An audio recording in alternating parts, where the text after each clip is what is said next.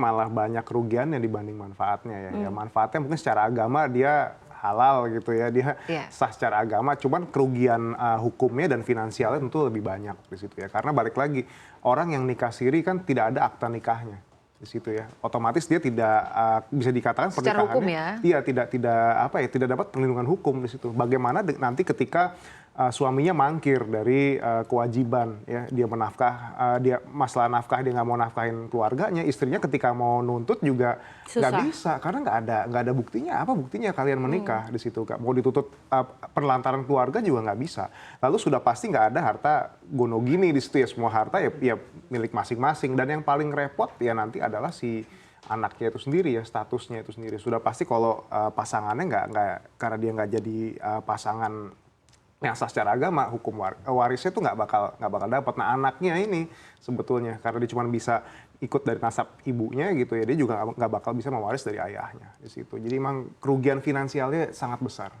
Oh jadi memang kalau misalkan kita lihat, kalau misalkan dari pasangan yang nikah siri itu kalau punya harta gono gini seperti apa? Apakah memang gambarannya enggak, karena sebetulnya pernikahan itu kan ada percampuran harta ya Safira ya. Jadi situ unless dia punya perjanjian pranikah, baru itu dipisah. Nikah siri memang berlaku ada pranikah? Enggak ada. Enggak, jadi nikah siri nikahnya aja dia nggak ini kok nggak dianggap secara negara, bagaimana ada percampuran harta di situ. Jadi ya udah ibaratnya dia ibaratnya pasangan itu di divorce dalam keadaan nikah siri ya sudah gitu, selesai gitu, nggak akan ada tanggung jawab juga dia untuk ngebayar masalah nafkah-nafkah yang ada. Kalau di Islam kan juga, kalau pernikahan Islam kan dia ada nafkah-nafkah yang biasa yang jadi haknya istri gitu kan. Ditetapkan begitu ya. Di sana juga itu nggak akan ada kewajiban karena nikahnya juga sudah tidak diakui secara negara.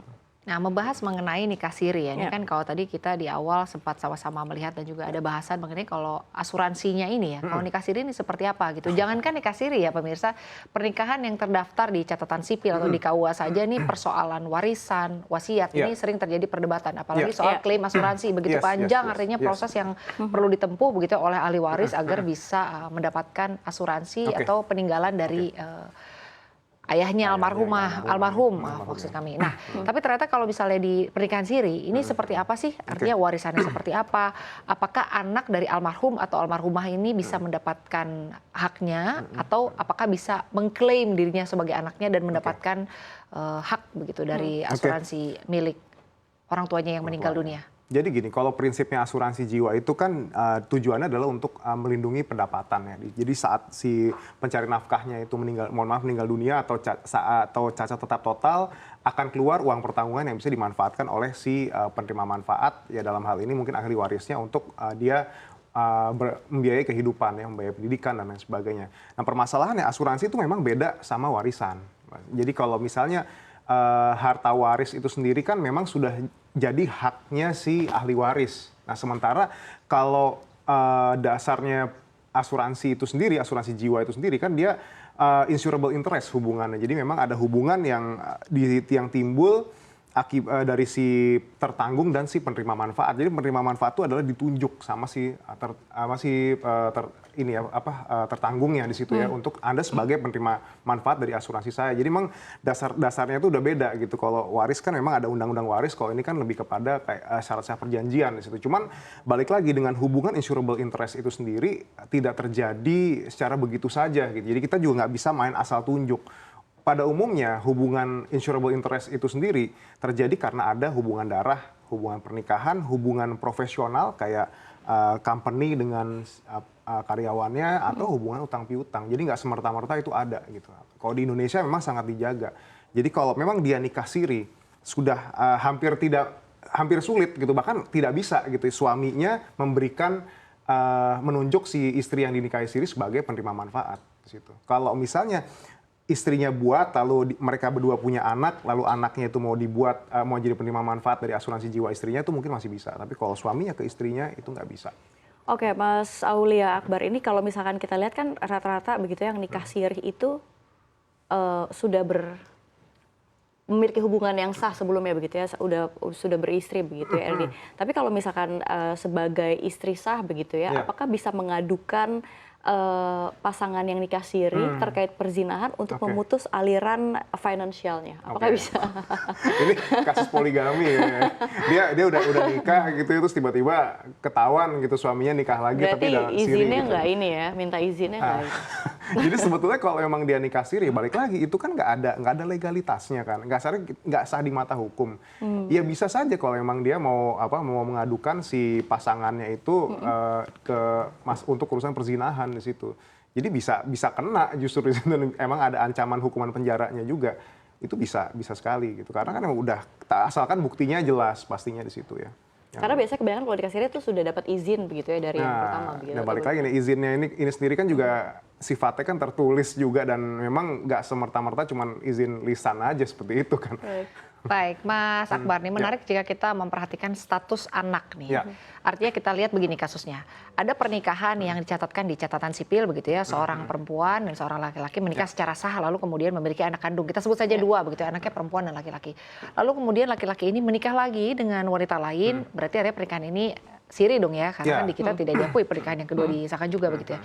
Nah artinya akan seperti apa nih nasib anaknya ini? Apakah anaknya ini akan memiliki status warisan yang sama seperti anak-anak yang lain yang di pernikahan yang awal, begitu yang sah, atau anak yang dilahirkan dari nikah siri ini disebut dengan anak luar kawin kan nggak dapat warisan ya, dan juga mungkin status klaim asuransi ayahnya ini gimana sebetulnya? Nggak bisa ya? Nggak bakal bisa. Jadi kayak memang dia akan ngikut ke nasab ibunya kan. Jadi kalau memang dia bisa mewaris, dia akan mewaris dari ibunya gitu. Unless memang ada pengakuan dan pembuktian ya, pembuktian misalnya kayak tes DNA dan lain sebagainya kalau bahwasanya dia adalah bapak saya, dan itu juga harus ada ketetapan pengadilan juga ya. Jadi memang ketika dia disahkan sebagai oke dia anaknya si bapak X inilah, dan dia memang dinyatakan memang anak sah gitu, anak benar-benar darah dagingnya, nah itu baru bisa dikatakan dia sah sebagai ahli waris. Tapi itu pun prosesnya panjang dan butuh ketetapan hukum juga pasti. Nah, jadi artinya pemirsa mungkin lebih banyak kerugiannya daripada untungnya, dan kita juga mungkin harus memikirkan status dari keturunan kita ya nantinya ya. Iya.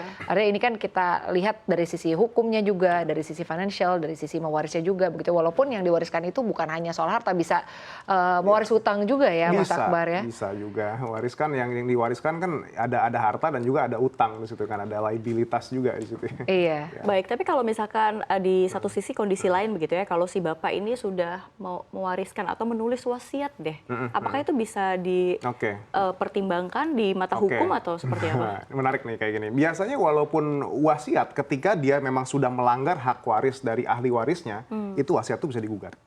Gitu. Jadi bisa dipatahkan ya? Karena balik lagi kan ada semacam ini ya, kalau di pembagian waris itu di KUH Perdata tuh ada namanya legitim porsi ya. Jadi memang besaran yang memang tidak boleh dilanggar gitu oleh si ahli waris itu sendiri. Istrinya dapat berapa, anaknya dapat berapa. Nah, ketika dia sudah bikin wasiat dan ternyata itu melanggar jumlah dari itu bisa digugat. Dan penggugatnya kalau memang dia anak ahli waris yang sah, ya dia bisa menang di situ. Baik. Lalu membahas mengenai status dari istri yang dinikahi secara siri ya. Sebetulnya ini bisa nggak sih dapat warisan begitu ya? Atau misalnya gini, mereka bisa nggak sih ditunjuk sebagai penerima manfaat dari asuransi jiwa misalnya? Ya. Agak susah sih. Dan pastinya bisa dipastikan tidak bisa. Kalau praktiknya di Amerika ya, kalau waktu dulu saya pernah baca, itu bisa mungkin kalau di sana. Tapi kalau di Indonesia ini perusahaan asuransi cenderung sangat comply dengan yang namanya prinsip insurable interest itu sendiri. Jadi prinsip di mana akan terjadi dampak finansial yang dialami si penerima manfaat jika si tertanggungnya ini terkena musibah atau terkena risiko.